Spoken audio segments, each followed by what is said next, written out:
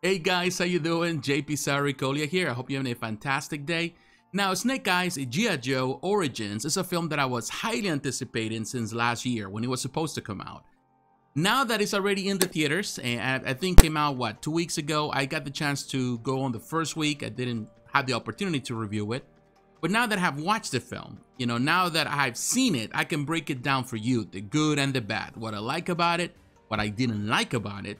And ultimately, I want to let you know if I think this is the best G.I. Joe film up to this date or not. So in the next couple of minutes, stay tuned.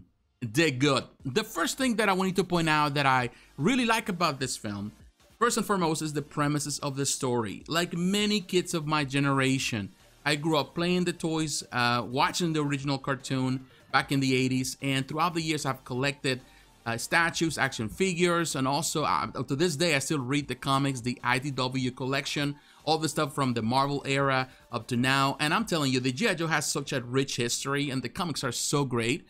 And I in my opinion, many of those storylines could be transformed into films, easily. They really have a lot of rich history. So to me, this was a no-brainer. When it was announced last year, I was anticipating, of course, because of COVID, we didn't get the chance to watch it. But I went, as soon as it came out on the theaters, I went that weekend to watch it with my wife.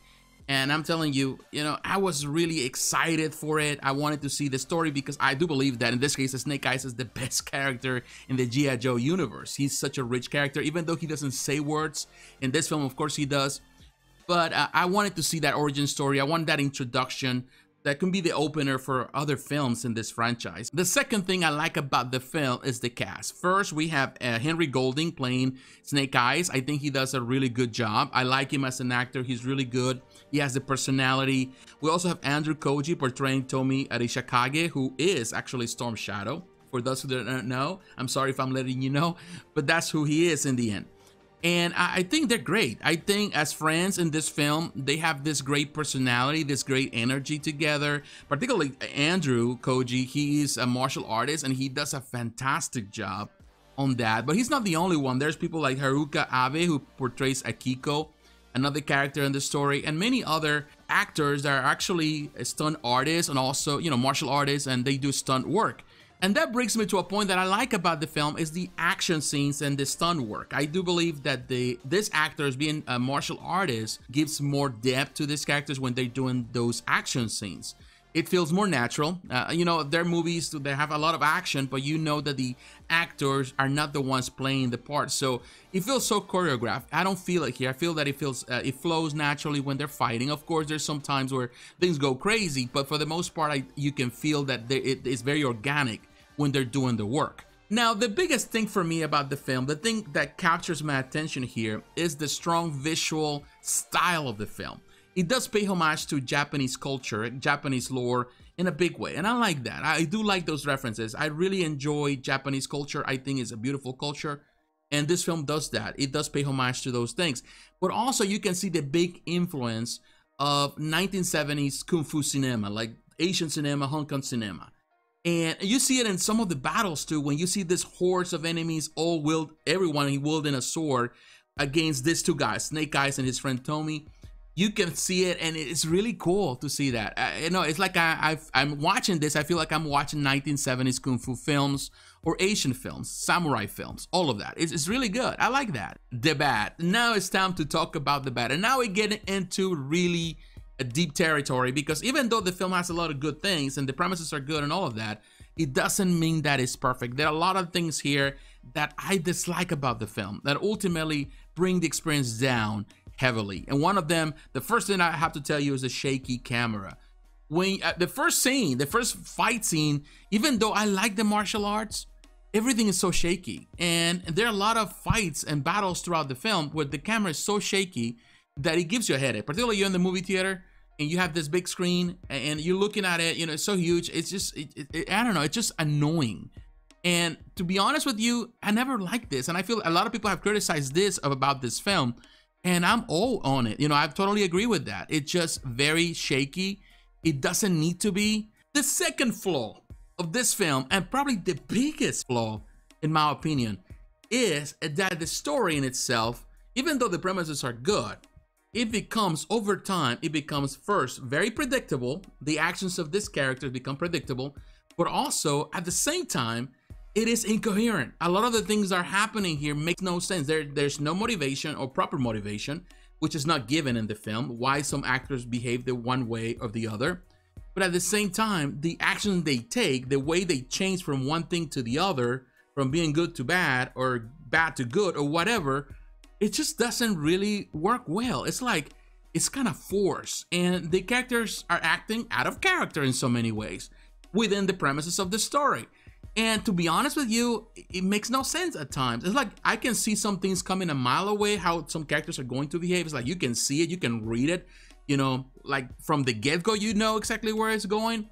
But at the same time, you feel bad because they're changing and flip-flopping within the film. And the thing that really kills it all, in my opinion, the thing that brings everything down, is that, you know, the movie, of course, from the get-go, there's some good things, you know, visually, there's the story and all that stuff, the premises, but then, of course, everything is still falling apart. As the movie unravels, you feel that everything is just falling apart. This house of cards is just coming down, and by the third act, everything pretty much explodes, you know, in a way that the film loses that grittiness that kind of tries to put down as the basis of the story.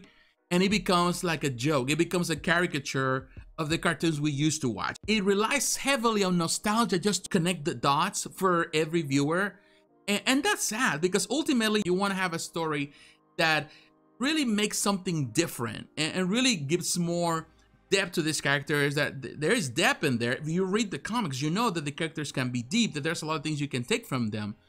But it just goes back to what is known. And in so many ways, I don't know if that was a decision by the studio or even Hasbro, who owns the rights, because the movie kind of says that foundation of greediness. You know, there's an idea that it's going to be a more mature take on that. But ultimately, in trying to be so family friendly and trying to bring that nostalgia, it really hinders the story. Very predictable. Even there's not even blood here. When the ninjas are fighting with, you know, with swords, you know, people get cut, but you don't see the blood. All of that, it just becomes so simplistic.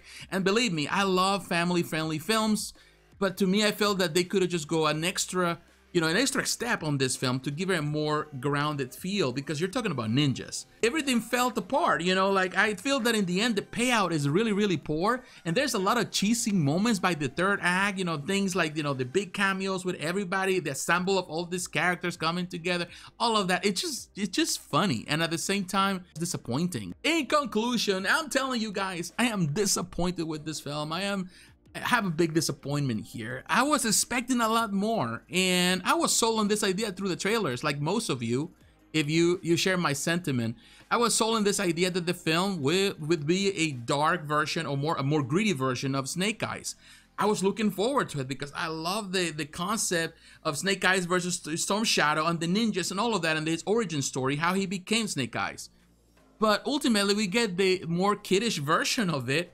Not even trying. It's like I feel that the whole film is trapped into trying to pay the nostalgia credit, trying to pay the dues through nostalgia, but at the same time, it's trying to be gritty, but it doesn't even reach that or that. It's just like it's trapped in the middle in this limbo where it doesn't even know what it wants to be, and ultimately it fails to be both.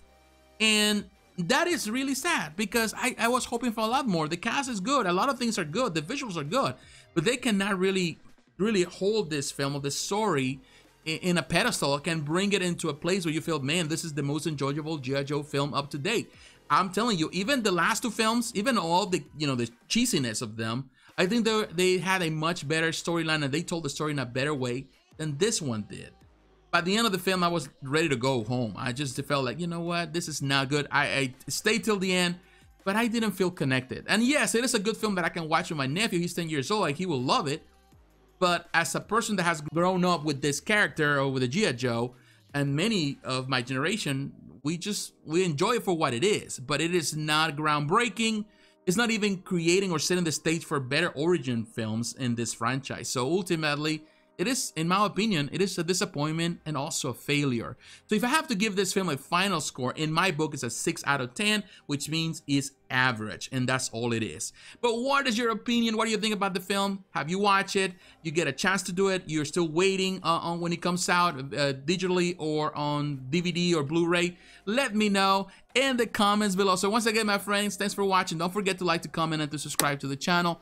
Hit the notification button so you're reminded of the next video. Follow me on social media, Facebook, Twitter, Instagram. The links are down below.